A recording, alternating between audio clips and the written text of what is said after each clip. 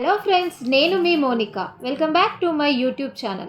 ఇవాళ నేను మీకు నా స్టైల్లో tasty home made paneer butter masala ఎలా చేయాలో చూపిస్తాను.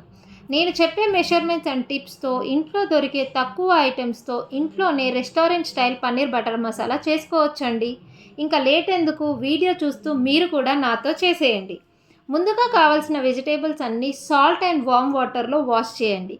ఇలా వాష్ చేయడం వల్ల వెజిటేబుల్స్ నీట్గా క్లీన్ అవుతాయి. తర్వాత కావాల్సిన ఐటమ్స్ అన్నీ రెడీ చేసి పెట్టుకోండి. ఇలా రెడీ చేసి పెట్టుకోవడం వల్ల డిష్ చాలా ఈజీ, ఫాస్ట్ అండ్ టేస్టీగా వస్తుందండి. ముందుగా స్టవ్ ఆన్ చేసి బౌల్ పెట్టి వేడి అవ్వనివ్వండి.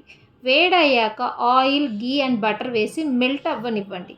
మెల్ట్ అయ్యాక హోల్ గరం మసాలా వేసి అవి రోస్ట్ అయ్యాక జీడిపప్పు వేసి అవి లైట్ బ్రౌన్ కలర్ వచ్చే వరకు రోస్ట్ చేయండి.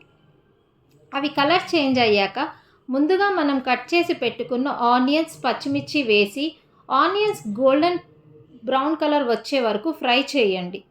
అవి ఫ్రై అయ్యాక అల్లం వెల్లిపాయ పేస్ట్ వేయండి. ఆయిల్ పైకి తేలాక టమాటో వేసి కలపండి. టమాటాలు బాగా ఉడికినాక కప్పు పెరుగు వేసి మిక్స్ చేయండి. తర్వాత పుదీనా, కొత్తిమీర వేసి బాగా కలపండి. ఇలా కలపడం వల్ల మనం వేసిన ఐటమ్స్ అన్నీ బాగా మిక్స్ అవుతాయి. అలాగే అడుగు మాడకుండా ఉంటుంది. అన్నీ కలిపి 5 నిమిషాలు మూత పెట్టండి. 5 నిమిషాల తర్వాత మూత తీసి మిక్స్ చేసి స్టవ్ ఆఫ్ చేయండి. తర్వాత మిక్సీ జార్లో వేసి గ్రైండ్ చేయండి. చేసిన పేస్ట్ని ఒక బౌల్లో తీసుకొని పక్కకి పెట్టండి. ఇప్పుడు స్టవ్ పైన బౌల్ పెట్టి బటర్ వేసి బటర్ మెల్ట్ అయ్యాక ముందుగా మనం కట్ చేసి పెట్టుకున్న పన్నీర్ ముక్కలను వేసి గోల్డెన్ బ్రౌన్ కలర్ వచ్చే వరకు ఫ్రై చేయండి. పన్నీర్ కలర్ చేంజ్ అయ్యాక కొద్దిగా పసుపు వేసి ముందుగా మనం మిక్సీ పట్టి పెట్టుకున్న పేస్ట్ కలిపి ముక్కలు విరగకుండా కలపండి.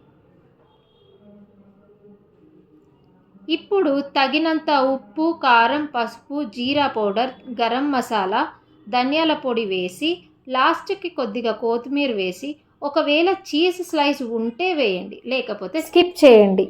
అంతే అండి, ఈజీగా ఇంట్లోనే restaurant style paneer butter masala ready. మీరు కూడా ట్రై చేసి మీకు ఎలా వచ్చిందో కామెంట్లో చెప్పండి. Thank you for watching. Please like, share and subscribe. మళ్ళీ ఇంకో వీడియోతో కలుద్దాం.